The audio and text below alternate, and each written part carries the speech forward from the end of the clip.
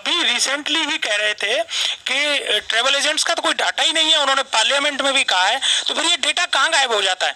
देखिए जी, ये जो मेरे साथी पैनलिस्ट ने जो बात कही उसमें एक बात करूँगा, ये दुख और भी गहरा जब हो जाता है और ये दुखदायी स्थिति जब हो जाती है जब पहली बार इस देश का जो प्रधानमंत्री है, जो अपने आप को tourism friendly prime minister showcase करता है ऑल ओवर द ग्लोब, अपने आप को सेल्फ एक्लेम्ड टूरिज्म एम्बेसडर बोलता है, और वो इस सेक्टर को नकार देता है जब मुश्किल के वक्त, जब इस सेक्टर को सबसे ज़्यादा ज़रूरत थी सरकार की, इस सरकार ने उस सेक्टर को सिरे से खारिज कर दिया गया।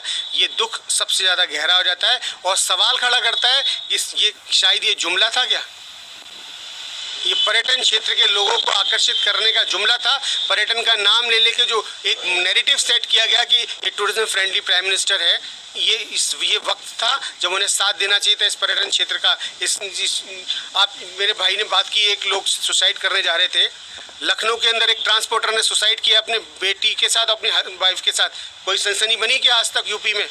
शायद सुर्खियाँ भी नहीं बन पाया मेन स्ट्रीम मीडिया का। वो जो कम से कम 25 लोगों का घर चलता था उस ट्रांसपोर्टर की व्हीकल्स के थ्रू, कोई न्यूज़ बना, कोई सहायता मिली, कोई आवाज़ नहीं सुनी गई। तो इसलिए इस सरकार का जो 20 लाख करोड़ का जो आपने बोला, ये भी जुमला साबित हुआ है।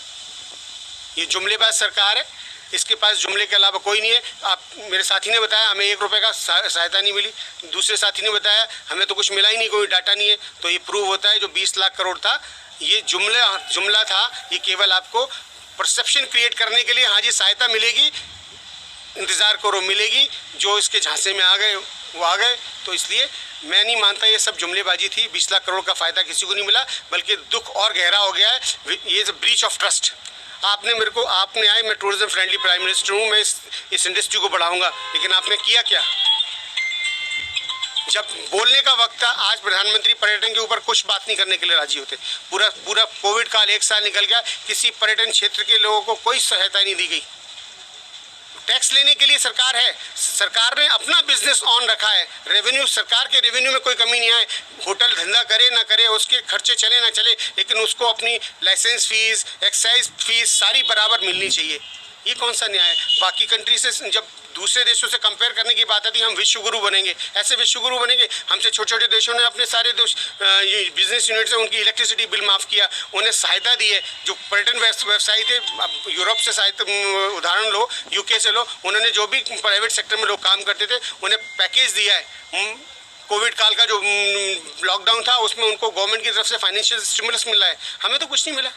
हमें तो एक वर्ड बोल के, एक्रोनिम बोल के छोड़ दिया कि आत्मनिर्भर बने। कैसे आत्मनिर्भर बने जब हमारी सारी जो फंक्शनिंग है एक्सटर्नल फैक्टर्स पे डिपेंड है। बिना सरकार के आज हम इनबाउंड टूरिस्ट जो इंडस्ट्री वाले लोग हैं बैठे हुए हैं नाकारा, कोई काम नहीं है, क्योंकि हम पूरी तरह से सरकार के सिस्टम पे डिपेंड हैं।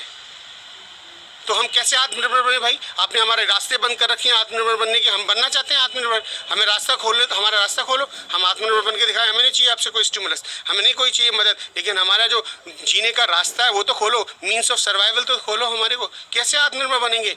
ये भी जुमला साबित हुआ हमारी इंडस्ट्री के लिए। तो दीपक दान